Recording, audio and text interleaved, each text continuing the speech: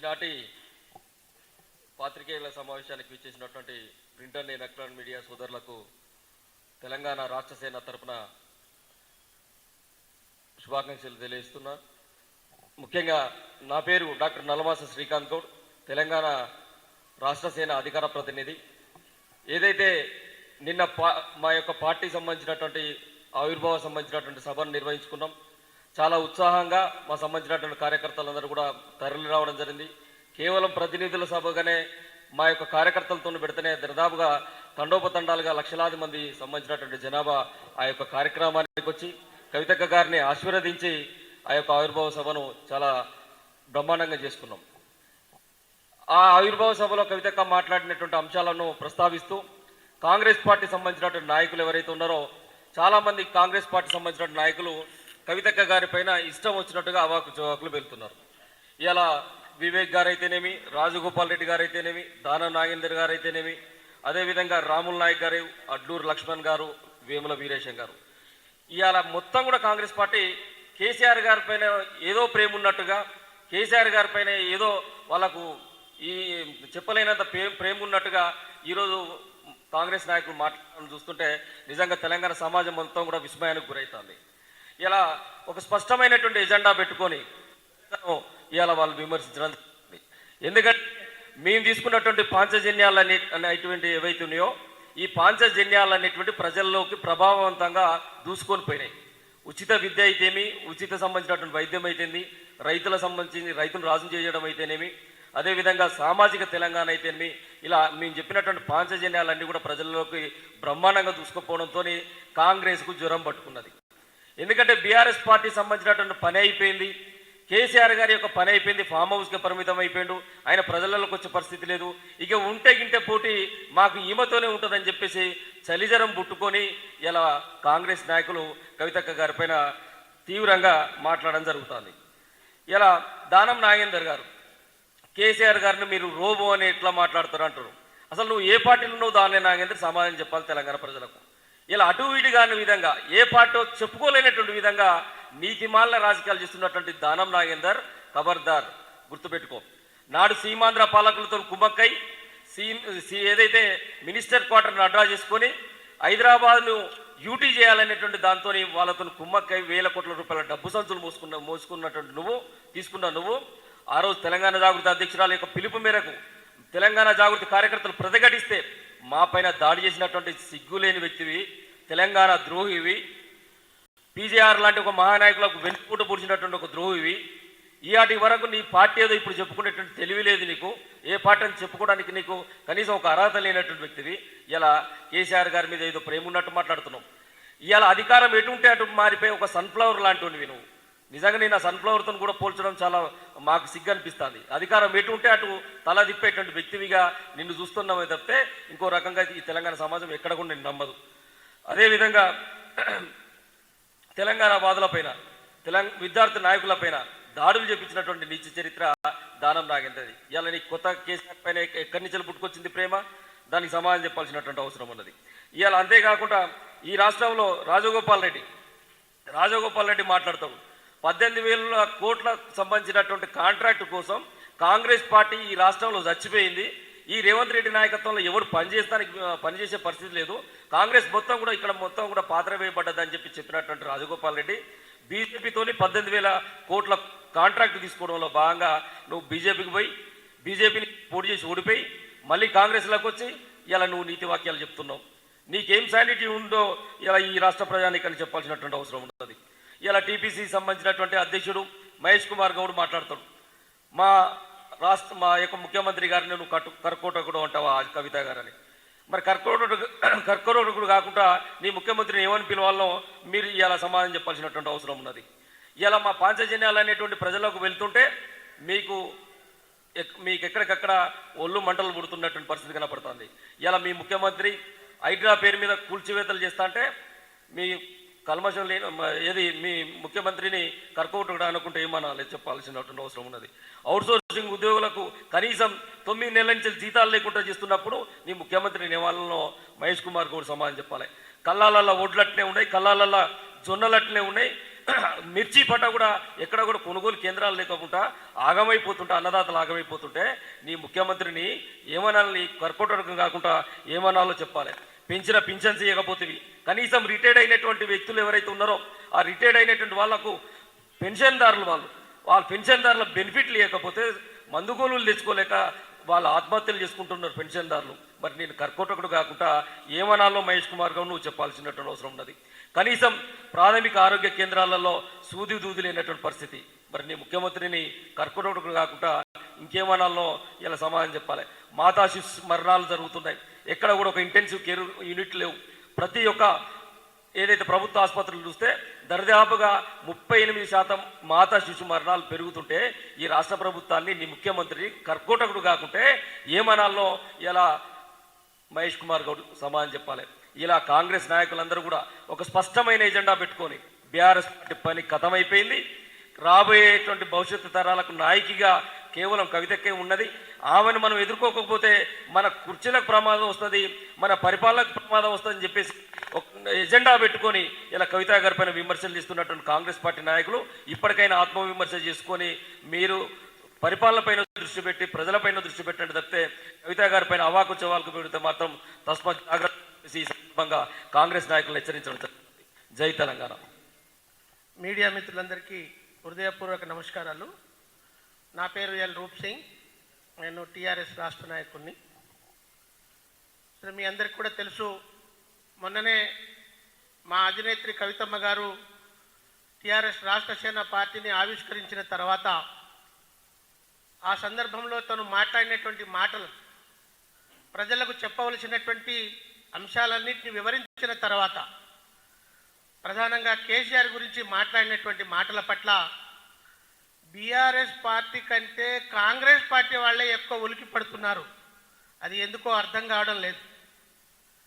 ఒకవేళ కేసీఆర్ గారికి తను అన్న మాటలు ఏమైనా ఇబ్బంది ఉంటే పాప బీఆర్ఎస్ వాళ్ళు మాట్లాడాలి.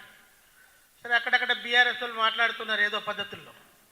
కానీ వాళ్లకు లేని బాధ, వాళ్లకు కలగని ఇబ్బంది కాంగ్రెస్ పార్టీ వాళ్ళకే కలుగుతున్నది. అంటే ఇక కవితమ్మ గారు తెలంగాణలో ప్రజాస్వామ్యంలో నిలబడ్డది, భవిష్యత్తులో కాంగ్రెస్ పార్టీ మనుగడ లేకుండా పోతుంది అంటే అది కవితమ్మ వల్ల అనేటువంటి భయాన్ని కాంగ్రెస్ పార్టీ గ్రహించి ఇవాళ వాళ్ళ మాటలు నోటికొచ్చినట్టు మొన్నటిదాకా అంటే పార్టీ ఆవిర్భవించే కంటే ముందు ఈ రాష్ట్రంలో ప్రజలు ఎదుర్కొంటున్నటువంటి అనేక సమస్యల మీద కవితమ్మ గారు తనదైనటువంటి శైలిలో అనేక పోరాటాలు చేశారు, అనేక సమస్యల పరిష్కారం కోసం ప్రయత్నించారు. అప్పుడు ఎవ్వరూ మాట్లాడలేదు.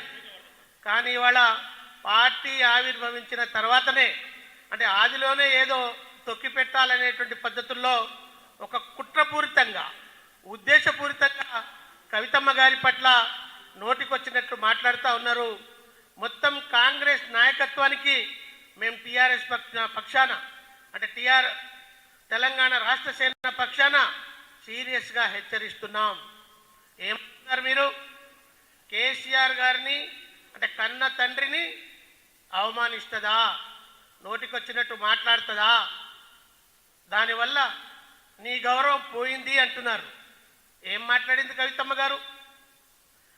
తెలంగాణ రాష్ట్రాన్ని సాధించిన తర్వాత 10 సంవత్సరాల్లో జరిగినటువంటి కృషి, ఇవాళ 2.5 సంవత్సరాల్లో కాంగ్రెస్ పార్టీ వచ్చిన తర్వాత వందల వేల సంఖ్యలో పేదవాళ్ల గుడిసెలను ఈ కాంగ్రెస్ ప్రభుత్వం హైడ్రా పేరుతో తొలగిస్తూ ఉంటే, అన్నా ఎక్కడమ్మా కేసీఆర్, నువ్వు రా అన్నా మమ్మల్ని కాపాడు అని మొత్తుకుంటా ఉంటే ఫామ్ హౌస్లకి వెళ్ళి బయటికి వెళ్లకుండా పన్న కేసీఆర్ మన పాత కేసీఆర్ కాదు అని అన్నది. అది తప్ప? అది తప్పని మీరు సమాజానికి, ప్రజలకు చెప్పగలరా? ఈ రకంగా ఒక్కటే కాదు, ఇలా హైదరాబాద్లో ఎటు చూసినా హైడ్రా పేరుతో పేదవాళ్ళ గుడిసెలు తప్ప ధనవంతుల బిల్డింగ్లను ముట్టుకోవడం లేదు. ఒక మహా పెద్ద భవనం, అది పూర్తిగా ప్రభుత్వ నిబంధనలకు వ్యతిరేకంగా గతంలో బీఆర్ఎస్ ప్రభుత్వం ఇచ్చినటువంటి అనుమతిని రద్దు చేస్తూ తిరిగి దాని వల్ల మీరు కాంగ్రెస్లో అధికారంలో వచ్చిన తర్వాత అనుమతి ఇచ్చారు కదా, ఆ భవనాన్ని ఎలా అనుమతిస్తారు, పేదవాళ్ళ గుడిసెలు ఎలా తొలగిస్తారు అని పేదవాళ్ల పక్షాన రోడ్డు మీద రోజంతా పోయి కవితమ్మ ధర్నా చేసింది కదా, అది తప్ప? అది ఆ రోజు కేసీఆర్ గారు హైదరాబాద్లో లేరా? కేటీఆర్ గారు హైదరాబాద్లో లేరా? ఎందుకు వాళ్ళు స్పందించలేదు?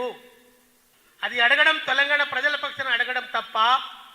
అంతేకాదు, ప్రభుత్వ అధికారంలో ఉన్నప్పుడు ఎమ్మెల్యేలు మంత్రులు తప్ప సామాన్య కార్యకర్తను కలిసే ఆనవాయితీ లేకుండే నెలల తరబడి ఆ పార్టీ కోసం, తెలంగాణ కోసం ఉద్యమకారులందరూ చేసిన కష్టాన్ని కూడా పట్టించుకుంటలేరనేటువంటి వాదనతో పార్టీలో అంతర్గతంగా విమర్శించారు. అది తప్ప? ఇది తెలంగాణ సమాజానికి కాంగ్రెస్ పార్టీ నాయకులందరూ కూడా జవాబు చెప్పాలి. ఆ జవాబు చెప్పకుండా తండ్రి అయినా కూడా చేసినటువంటి పొరపాట్లను సరిదిద్దుకోవాలి. తెలంగాణ సమాజం ఈ రాష్ట్రం కోసం పనిచేసిందో, ఏ సమాజం మనకు 10 సంవత్సరాల పాటు అధికారాన్ని మన చేతిలో పెట్టి పరిపాలించే బాధ్యత ఇచ్చిందో, ఆ సమాజం అన్ని రంగాల్లో ఇబ్బంది పడతా ఉంటే ప్రతిపక్ష పాత్ర పోషించకుండా మీరు పట్టించుకోవడం లేదని నిలబెట్టడం అది తప్పని కాంగ్రెస్ పార్టీ సమర్థిస్తుందా? ఇది జవాబు చెప్పాలి. ముఖ్యమంత్రి రేవంత్ రెడ్డి గారు జవాబు చెప్పాలి. వాళ్ళ మంత్రులు, ఎమ్మెల్యేలు, సామాన్య కార్యకర్తలు కూడా. ఇవాళ మా రాములు నాయక్ మాట్లాడాడు. రాములు నాయక్ ఏం మాట్లాడాడంటే, అమ్మా నువ్వు తండ్రినే ఎదిరిస్తున్నావు, తండ్రి మాటలను గౌరవిస్తలేవు, రేపు నువ్వు ఎక్కడ నిలబడ్డా అక్కడ ఓడించేదాకా పనిచేస్తాంట మహానుభావుడు. ఒక్కసారి నీ పరిస్థితి ఏందో ఒకసారి చూసుకో. కాంగ్రెస్ పార్టీలో రాములు నాయక్, నువ్వు ముఖ్యమంత్రి చుట్టూ, కాంగ్రెస్ పార్టీ నాయకుల చుట్టూ తిరిగి ఎమ్మెల్సీ కావాలని లేదా కార్పొరేషన్ చైర్ కావాలని తిరిగి అది సాధ్యపడదని ఇంట్లో పోయి కూర్చున్నావు. కనీసం కాంగ్రెస్ పార్టీ నీ బంజారా సమాజానికి ఇక్కడ మంత్రి పదవి ఇవ్వకుంటే కూడా నీకు అడిగేటువంటి హక్కు, ధైర్యం లేదు. ముఖ్యమంత్రి నిలదీసేటువంటి బాధ్యత నీకు లేదు. కానీ నువ్వు ఇలా మా కవితమ్మ మీద మాట్లాడే మగని అయిపోయినావు. నేను ఈ సందర్భంగా హెచ్చరిస్తున్నా, అదొక రాములు నాయకే కాదు, ఆ రాములు నాయక్తో పాటు మాట్లాడినటువంటి రాజగోపాల్ రెడ్డి గారికి, అదేవిధంగా దానం నాగేందర్ గారికి, ఇంకా చాలామంది వివేక్ లాంటి వాళ్ళు మాట్లాడారు. వాళ్ళందరినీ కూడా సీరియస్గా హెచ్చరిస్తా ఉన్నా, మీకు కవితమ్మ గారి గురించి మాట్లాడేటువంటి విలువ, నైతిక హక్కు లేదు. మీరు తెలంగాణ ఉద్యమంలో ఉన్నటువంటి వాళ్ళు కాదు. ఇవాళ అధికారంలో ఉండి రేపెక్కడ మాకు ఏకమేకై మా చేతులకు వెళ్ళి ప్రభుత్వం పోతదు అనేటువంటి భయంతో వాళ్ళ కవితమ్మ గారు యావత్ సమాజానికి, అన్ని వర్గాలను ఏకం చేసి, బీసీ సమాజం 56% ఉంటే మీరే కదా 42% ఇస్తామని ఎన్నికల్లో హామీ ఇచ్చారు. అది అడగడం తప్ప? అది అడిగినందుకు మీకు కవితమ్మ చేదైంది. ఇంటర్నల్ పార్టీలో వ్యతిరేకంగా వాళ్ళ పార్టీలో పోరాటం చేస్తున్నప్పుడేమో మీరు సమర్థించారు. ఇప్పుడు బయటికి వచ్చి ప్రజల పక్షాన పోరాడితే రకరకాల పేరుతో, లిక్కర్ పేరుతోనా? లిక్కర్ గురించి మాట్లాడేటువంటి అర్హత మీకెవరికి లేదు. స్వయానా కోర్టే ఆ కేసు విషయంలో తేల్చి పారేసింది. పైగా అధికార యంత్రాంగం మీద కూడా వాళ్ళ చర్యలు తీసుకునేటువంటి నిర్ణయానికి వచ్చింది. మీరు ఇంకా ఆ కేసు గురించి మాట్లాడితే వ్యక్తిగతంగా మీ అందరి మీద పరువు దావా కేసు వేయవలసినటువంటి సందర్భం వస్తుంది. ఎవరు కూడా కాంగ్రెస్ పార్టీ నాయకులు కవితమ్మ గారి జోలికి వస్తే వదిలిపెట్టేది లేదు. ఖబర్దారని ఈ సందర్భంగా మేము హెచ్చరిస్తా ఉన్నాం. ప్రజలందరికీ కూడా జై భీమ్, జై తెలంగాణ, జై కవితమ్మ. నేను మాట్లాడిన మొదటి 2 మాటలను బట్టి మా తెలంగాణ రాష్ట్ర సేన, అదేవిధంగా మా నాయకురాలు కవితమ్మ గారి ప్రధాన అంశాలు ఈ తెలంగాణలో ఎస్సీ వాటా, అదేవిధంగా తెలంగాణ ప్రాంతీయవాదాన్ని దేశవ్యాప్తంగా బలపరచడం. సరిగ్గా మా పార్టీ ఏర్పడి రేపటికి వారం రోజులు. ఈ వారం రోజుల పార్టీ మీద ముచ్చటగా 3 పార్టీలు దాడి చేస్తున్నాయి. ఇక్కడ విచిత్రం ఏంటంటే, అధికార పక్షంలో ఉన్నోడు కొత్తగా పుట్టిన పార్టీ మీద దాడి చేస్తున్నాడు, ప్రతిపక్షం కొత్తగా పుట్టిన పార్టీ మీద దాడి చేస్తుంది. కేంద్రంలో ఉన్నోడు కూడా కొత్తగా పుట్టిన పార్టీ మీద దాడి చేస్తున్నాడు. అంటే ఇక్కడ తెలంగాణ రాష్ట్రంలో మనం అర్థం చేసుకోవాల్సింది ఏంటంటే మహిళా నాయకత్వాన్ని లేకుండా అంతం చేయాలని ఈ 3 పార్టీలకు చెందిన నాయకులు కంకణం కట్టుకున్నట్టుగా మనకు స్పష్టంగా అర్థమవుతున్నది. మా నాయకురాలు కవిత గారు తెలంగాణలో ఏ పెద్ద లీడర్ కూడా చర్చ పెట్టని 5 ప్రధానమైన అంశాలను రాష్ట్ర వ్యాప్తంగా దేశవ్యాప్తంగా చర్చకు పెట్టడం జరిగింది. పాంచజన్యం అనే ఒక ఆలోచనతోటి ఉచిత విద్య, ఉచిత వైద్యం, ఉపాధి, రైతే రాజు, సామాజిక న్యాయం, వీటి చుట్టూ కదా చర్చ జరగవలసింది. ఈ 78 సంవత్సరాల భారతవనిలో ఇప్పటికీ పెద్దగా ఎస్సీ ఎస్టీలు ఎందుకున్నారు, వీళ్ళకు వైద్యం ఎందుకు అందుతలేదు, విద్య ఎందుకు అందుతలేదు, ఉపాధి ఎందుకు దొరుకుతలేదు, రైతు రాజెందుకు కాలేదు అనే అంశాలను కదా కాంగ్రెస్ పార్టీ కానీ గతంలో పాలించిన బీఆర్ఎస్ పార్టీ కానీ ఆ నాయకులు కానీ లేకపోతే కేంద్రంలో ఉన్న బీజేపీ పార్టీ నాయకులు కానీ అడగవలసింది, మాట్లాడవలసింది. అది పక్కన పెట్టి వారం రోజులు కానీ మా పార్టీ మీద పడి ఏడవడంలోనే మీ దుస్థితి కానీ మీ దుర్మార్గమైన ఆలోచన కానీ ఈ తెలంగాణ ప్రజలకు స్పష్టంగా అర్థమవుతున్నది అనేది ఇక్కడ అర్థం చేసుకోవచ్చు. నిన్న అడ్లూరి లక్ష్మణ్ గారు ఎస్సీ ఎస్టీ మైనార్టీ శాఖ మంత్రివర్యులు ఆయన ఏమంటాడంటే ఇన్ని పైసలు ఎక్కడి పార్టీ పెట్టడానికి అని అంటున్నాడు. నేను స్పష్టంగా అడుగుతున్నా అడ్లూరి లక్ష్మణ్ గారిని, అసలు తెలంగాణకు సంబంధించిన పైసలు ఎటుపోతున్నాయో ఒకసారి మీరు ఆలోచన చేసుకోండి. తెలంగాణ ముఖ్యమంత్రిగా ఉన్న మీ రేవంత్ రెడ్డి గారు తెలంగాణలో ఖర్చు పెట్టవలసిన పైసలను ఎక్కడికి డంప్ చేస్తున్నాడో ఒకసారి మీరు తెలంగాణ ప్రజలకు సమాధానం చెప్పవలసిన అవసరం ఉన్నది. చేవెళ్ళ డిక్లరేషన్లో ఎస్సీ ఎస్టీలకు మీరు ఇచ్చిన హామీలు మర్చిపోయింది. 2.5 సంవత్సరాలు అవుతుంది. చేవెళ్ళ వేదికగా మీరు ఎస్సీ ఎస్టీలకు ఇచ్చిన హామీ ఏంది? అంబేద్కర్ అభయాస్తం కింద 12 లక్షలు ఏమైనాయి? ఈ దళితులకు ఇవ్వవలసింది, గిరిజనులకు ఇవ్వవలసింది, దానికి సమాధానం ఉందా మీ దగ్గర? అడ్లూరి లక్ష్మణ్ గారు ప్రతి ఎస్సీ కుటుంబానికి ఇందిరమ్మ పేరుతోటి ఇండ్లు ఇస్తాం, 6 లక్షలు మీ చేతిలో పెడతామని చెప్పిండు. ఆ 6 లక్షలు ఎవడెత్తుకపోయిండు? 6 లక్షలు తెలంగాణ బార్డర్ దాటిపోయినాయా, తెలంగాణలోనే ఉన్నాయా? 6 లక్షలు ఎప్పుడు ఇస్తారు? దానికి సమాధానం చెప్పండి. నిన్నగాక మొన్న మీ ముఖ్యమంత్రి గారు వారి తమ్ముడు సోదరుడు ఇద్దరు కలిసి దళితులకు చెందిన 900 ఎకరాలను కూడా కొట్టేయడానికి ఒక దుర్మార్గమైన పథక రచన చేస్తున్నారు. ఈ భూములు మా దళితులే అని ముఖ్యమంత్రి గారి దగ్గర నిటారుగా నిలబడి అడిగే శక్తి నీకున్నదా అని కూడా ఈ సందర్భంగా అడ్లూరి లక్ష్మణ్ గారిని నేను ప్రశ్నించదలుచుకున్నా. నిజంగా మీరు దళిత మంత్రులైనందుకు ఈరోజు నేను సిగ్గుపడుతున్నా. దళితులకు రావాల్సిన 18% రిజర్వేషన్లను పెంచమని అడిగే ధైర్యం లేని మీరు ఈ తెలంగాణలో దళితవాదాన్ని కించపరుస్తూ ముఖ్యమంత్రి గారి దగ్గర తాకట్టు పెట్టిననేది కూడా ఈ సందర్భంగా తెలియజేస్తున్నా. ఇచ్చిన హామీలను మర్చిపోయి, చేయవలసిన పనులు మర్చిపోయి, ఒక మహిళా నేతను పట్టుకొని ఇష్టానుసారంగా మాట్లాడమే కాకుండా మీరు వారం రోజులు కానీ మా తెలంగాణ రాష్ట్ర సేన మీద ఈ ఏడుపులేందని కూడా మిమ్మల్ని అడగదలుచుకున్నా.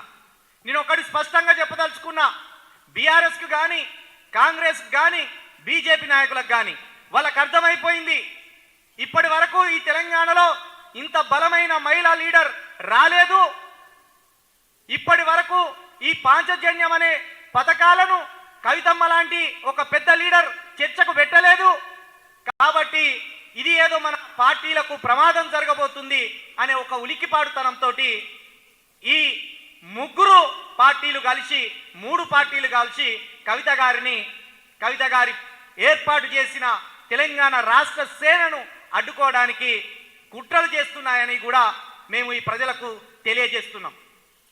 ఫైనల్గా ఇంకో మాట చెప్పదలుచుకున్నా. ప్రతిసారి ప్రతి ఒక్క నాయకుడు ఈ వారం రోజులుగా ఏం మాట్లాడుతున్నారంటే తండ్రిని దూషించిల్లు అని.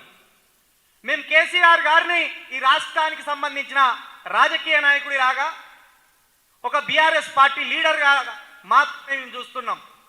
రాజకీయంలో తండ్రి, తల్లి, చెల్లి, అన్న తర్వాత బాంధవ్యాలు, ఇంట్లోకి వెళ్ళిన తర్వాత ఆ బాంధవ్యం, సమాజంలో మనం నిలబడి మాట్లాడుతున్నప్పుడు ఆ పార్టీ నాయకుడిగా మాత్రమే మేము చూసినాం. అట్లా కూడా కేసీఆర్ గారి వయసుకి మర్యాద ఇచ్చే మాట్లాడినాం. కానీ ప్రజల పట్ల కేసీఆర్ గారికి బాధ్యతను మరిచిపోయి వివరిస్తున్నాడు అనేది కవిత గారు గుర్తు చేసింది.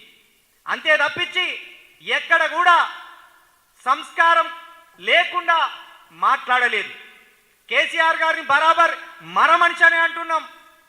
మరొకసారి మా సాక్షిగా అంటున్నాం, సాకు కాదు, చెయ్యి రాదు, బీజేపీ రాసుకోండి. మీ వచ్చేది తెలంగాణ రాష్ట్ర సేన. ఈ 3 ఏళ్లలో తెలంగాణకు 3 ఏళ్ల తరువాత రాబోయేది కవిత గారి పాలన, తెలంగాణ రాష్ట్ర సేన పాలన అనేది కూడా మీ అందరికీ తెలియజేస్తున్నాం. కాబట్టి మీరు ప్రతిసారి ఒక ఆడ కూతుర్రు పట్టుకొని మీరు తండ్రి వంకతోటి నిందలేయాలని చూస్తే గనక ఈ తెలంగాణ మహిళా లోకం మిమ్మల్ని క్షమించదు. 1 కోటి మందికి పైగా ఉన్న మహిళలు నాయకత్వం రాకుండా అడ్డుకోవడానికే మీరు కుట్రలు చేస్తున్నారనేది కూడా ఈ తెలంగాణ సమాజానికి మేము చెప్పదలుచుకుంటున్నాం.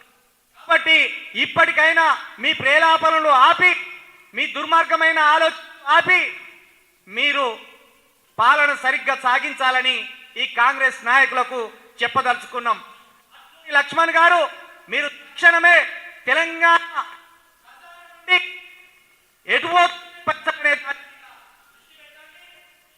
దీనికి మేము డిబేట్ కూడా వస్తాం. మీరు అడుగుతున్నారు కదా మా నాయకురాలు గారిని ఇంత పైసలు ఎక్కడి అని. మేము అదే అడుగుతున్నాం. తెలంగాణ ఖజానా నుండి డబ్బు ఎటు తరలిపోతున్నది, ఎవరి దగ్గరికి తరలిపోతున్నది అనేది కూడా ఈరోజు తెలంగాణ సమాజంలో చర్చ పెట్టవలసిన అవసరం ఉన్నది. దానికి నువ్వు సమాధానం తీసుకొని రా. ఎక్కడంటే అక్కడ మేము గాంధీ భవన్కి రావాలా, సచివాలయానికి రావాలా, లేకపోతే నీ కమాండ్ కంట్రోల్ రూమ్కి రావాలా, చర్చకు సిద్ధంగా ఉన్నామని కూడా మేము తెలంగాణ రాష్ట్ర సేన నాయకులుగా మీకు సవాల్ విసురుతున్నాం. ఇప్పటికైనా ఈ ప్రేరేపణలు బంద్ చేసి తెలంగాణ ప్రజలను పాలించడానికి మంచి ఆలోచనలు చేయాలని కూడా మిమ్మల్ని డిమాండ్ చేస్తూ మరొకసారి మా పార్టీ అధినేత మీద ఏ పరమైన మాటలు జారినా దీనికి రెట్టింపుగా మీకు బుద్ధి చెప్తామనేది మరొకసారి మీ అందరికీ తెలియజేస్తూ జై భీమ్, జై తెలంగాణ. మీడియా మిత్రులకు నమస్కారం. నా పేరు లోక రవిచంద్ర. టిఆర్ఎస్ పార్టీ ఆవిర్భావ సభలో కవితమ్మ పూరించిన పాంచజన్యం ఇప్పుడు అధికార ప్రతిపక్షాల చెవుల్లో రక్తాలు గారేటి చేస్తున్నాయి. ఇక్కడ ఈ రాష్ట్రంలో విచిత్రమైన పరిస్థితి ఉన్నది. అధికార పార్టీని తిడితే ప్రతిపక్ష పార్టీ స్పందిస్తుంది, ప్రతిపక్ష పార్టీని విమర్శిస్తే అధికార పార్టీ స్పందిస్తుంది. ఇట్లాంటి పరిస్థితి బహుశా ఎక్కడ ఉండకుండొచ్చు. దానికి కారణం కవితమ్మ. ప్రజల సమస్యల పట్ల కవితమ్మ పోరాడుతున్న తీరు ఈ 2 ప్రధాన పార్టీలను భయభ్రాంతులకు గురి చేస్తున్నాయి. మరమనిషి అని కేసీఆర్ని తిట్టినందుకు అధికార కాంగ్రెస్ పార్టీ ఉలిక్కి పడుతున్నది. రాజగోపాల్ రెడ్డి, మహేష్ గౌడ్, వివేక్, అడ్లూరి లక్ష్మణు, ఇట్లా కాంగ్రెస్ మంత్రులు, పిసిసి నాయకుడు వీళ్ళంతా కూడా కేసీఆర్ను తిట్టినందుకు స్పందించడం అనేది వాళ్ళ కూసాలు కదులుతున్నాయి అని చెప్పడానికి ఒక నిదర్శనం. కేసీఆర్తోని మాకు పంచాయతీ, నిజంగానే పంచాయతీ ఉంది. కానీ పాత కేసీఆర్తో కాదు, మాకు మారిన కేసీఆర్తో పంచాయతీ. మరమనిషిగా మారిన కేసీఆర్తో పంచాయతీ. ఎందుకంటే 14 సంవత్సరాలు రాష్ట్ర ప్రజలు ఒక కొత్త రాష్ట్రాన్ని సాధించడానికి, రాష్ట్ర ప్రజల కష్టాల్ని తీర్చడానికి పోరాడిన వ్యక్తి, ఆ తర్వాత 10 సంవత్సరాలు అధికారంలో ఉన్న వ్యక్తి ఇప్పుడు కర్కోటకుడి పాలనలో అరాచకాలు జరుగుతున్నా కనీసం స్పందించకుండా ఫామ్ హౌస్కే పరిమితమైన కేసీఆర్ పైన మరమనిషి అని కాకుండా ఇంకేమైనా పేరుంటే మీరే పెట్టండి. కనీసం మానవత్వం ఉన్న ఎవరైనా ప్రజా సమస్యల మీద స్పందిస్తారు. కానీ పాలనలో, పోరాటంలో అనుభవం ఉన్న వ్యక్తి కనీస స్పందన లేకపోవడం అనేది అది రాష్ట్ర ప్రజలు చేసుకున్న దురదృష్టంగా భావిస్తున్నాం. ప్రత్యేక రాష్ట్రం కోసం పోరాడిన వ్యక్తి ఆశయాల్ని మరిచి, ప్రజల్ని మరిచి, పాలన అధికారం ఉన్నంత కాలమే ప్రజల్లో ఉండి ఆ తర్వాత కనుమరుగైతే ఆ బాధ్యత మళ్ళీ ఎవరో ఒకరు ఎత్తుకోవాల్సిందే. ఎందుకంటే ప్రజల కష్టాలు తీర్చడానికి ఎవరో ఒకరు ముందుకు రావాల్సిందే. ఇప్పటి వరకు పోరాడిన కేసీఆర్కు ఆ గౌరవం ఎంత ఇస్తామో ప్రజా సమస్యల్ని మరిచిన కేసీఆర్ను అంతే విమర్శిస్తాం. ఇప్పుడు ప్రజా కష్టాల్ని, ప్రజా సమస్యల్ని పరిష్కరించడానికి కవితమ్మ ముందుకొచ్చింది. అద్భుతమైన ఒక ఎజెండాతో ముందుకొచ్చింది. టీఆర్ఎస్ అనే పార్టీ ప్రారంభించి పాంచజన్యం పూరించింది. ప్రజా సమస్యలు, ప్రధానమైన 5 సమస్యల్ని తీసుకొని వాటి పరిష్కారం దిశగా తన పోరాటాన్ని ఇక్కడి నుంచి కొనసాగిస్తానని, దానికి ప్రజల మద్దతు కోరుతూ ఒక వారం కూడా కాలేదు. కానీ ఈ వారంలోపే అటు అధికార పక్షం, ఇటు ప్రతిపక్షం 2 పక్షాలు ఆమె మీద మాటల దాడి చేస్తున్నాయి. ఇదే ప్రజా సమస్యలపై ప్రతిపక్ష బీఆర్ఎస్ పోరాడి ఉంటే కవితమ్మ టీఆర్ఎస్ వచ్చే అవసరమే లేదు. ఇదే 420 హామీలు ఇచ్చి ఫేక్ హామీలతో ప్రజల్ని మోసం చేస్తూ దాదాపు 2.5 సంవత్సరాలు అధికారం ఎంజాయ్ చేసిన కాంగ్రెస్ పార్టీ ప్రజలను గుర్తుంచుకుని ప్రజా సమస్యల్ని పరిష్కరిస్తే కవితమ్మ టీఆర్ఎస్ రావాల్సిన అవసరమే లేదు. కానీ అటు అధికార పక్షం, ఇటు ప్రతిపక్షం 2 కూడా కాంట్రాక్టులు, కమిషన్లు, పదవుల ఆరాటం వీటిపైనే దృష్టి పెట్టింది. ప్రజల మీద అసలు ఈ 2 పక్షాలకు లేదు. కేంద్రంలో అధికారంలో ఉన్న మరో పక్షం అది ఉన్నమా అంటే మేము అధికారం అనుభవిస్తున్నామా అంతే చాలు అన్నట్టుంది తప్ప ప్రజల్లోకి వెళ్ళే సాహసం కానీ ఒక వ్యూహం కానీ బీజేపీకి లేదు. ఇట్లాంటి పరిస్థితుల్లో కవితమ్మ లాంటి ఒక గొప్ప శక్తి, ఒక గొప్ప ఆశయంతో జనంలోకి వచ్చింది. ఆమెను ఆదరించాల్సిన అవసరం జనాలకు ఉంది. ఆమె ఎత్తి చూపుతున్న సమస్యల్ని అర్థం చేసుకోవాల్సిన అవసరం అధికార పక్షానికి ఉంది. ఇది మరిచి క్యారెక్టర్ అసోసియేషన్ చేయడం అనేది చాలా దారుణమైన విషయం. ఆమె తండ్రిని విమర్శించి రాష్ట్రానికి తల్లి ఎలా అవుతుందని అనడం అంత అవివేకం ఇంకోటి లేదు. ఇన్ని సమస్యల్ని మీ ముందుంచింది, పాంచజన్యం పేరుతో ఇన్ని సమస్యల్ని మీ ముందుంచింది. అది మీరు పరిష్కరించలేని సమస్యలు, మీరు మర్చిపోయిన, విస్మరించిన సమస్యల్ని ఆమె ముందుంచిందంటే ప్రజల్ని, రాష్ట్ర సమస్యల్ని ఆమె ఎంతగా అర్థం చేసుకున్నదో ముందు అది తెలుసుకోవాలి. కవితమ్మ టీఆర్ఎస్ పార్టీ 10 నెలల పాటు వేచి చూసింది ప్రతిపక్షం నిద్రలేస్తుందేమో అని. లేదు, 10 నెలల ఎదురు చూసిన తర్వాతే తను రంగంలోకి దిగింది. ఇంకా ఆగేది లేదంటూ పార్టీ ప్రారంభించింది. ఆ పార్టీ ద్వారానే రాష్ట్ర ప్రజల సమస్యల్ని ప్రశ్నిస్తూనే ఉంటాం, రాష్ట్ర ప్రజల సమస్యల్ని ఎత్తి చూపుతూనే ఉంటాం, అధికార పక్షం దృష్టికి తీసుకొస్తాం, పరిష్కరించేందుకు పోరాడతాం. 2.5 సంవత్సరాల తర్వాత అధికారంలోకి వచ్చేది కూడా మేమే. అధికారంలోకి వచ్చిన తర్వాత మా ఎజెండాను ఇంప్లిమెంట్ చేస్తాం. ఒక బంగారు సామాజిక న్యాయ తెలంగాణను సాధించడానికి మేము కష్టపడతాం. కూర్చున్న దగ్గర స్టేట్మెంట్లతో కాదు, ఇప్పటికే తను జనం బాటలో మొత్తం రాష్ట్ర ప్రజల్ని పలకరించింది, రాష్ట్ర సమస్యల్ని తెలుసుకున్నది. ఆమెకున్న అవగాహన ఇప్పుడు అధికారంలో ఉన్న పక్షానికి కూడా లేదు. కేవలం అధికారం, కమిషన్లు, కాంట్రాక్టుల కోసం కొట్లాడుతున్న కాంగ్రెస్ నాయకులకు ఇదే చెప్తున్నాం. వచ్చే ఎన్నికల్లో అధికారంలోకి వచ్చేది కవితమ్మ టీఆర్ఎస్, రాష్ట్ర ప్రజల సమస్యల్ని పరిష్కరించేది కవితమ్మ టీఆర్ఎస్.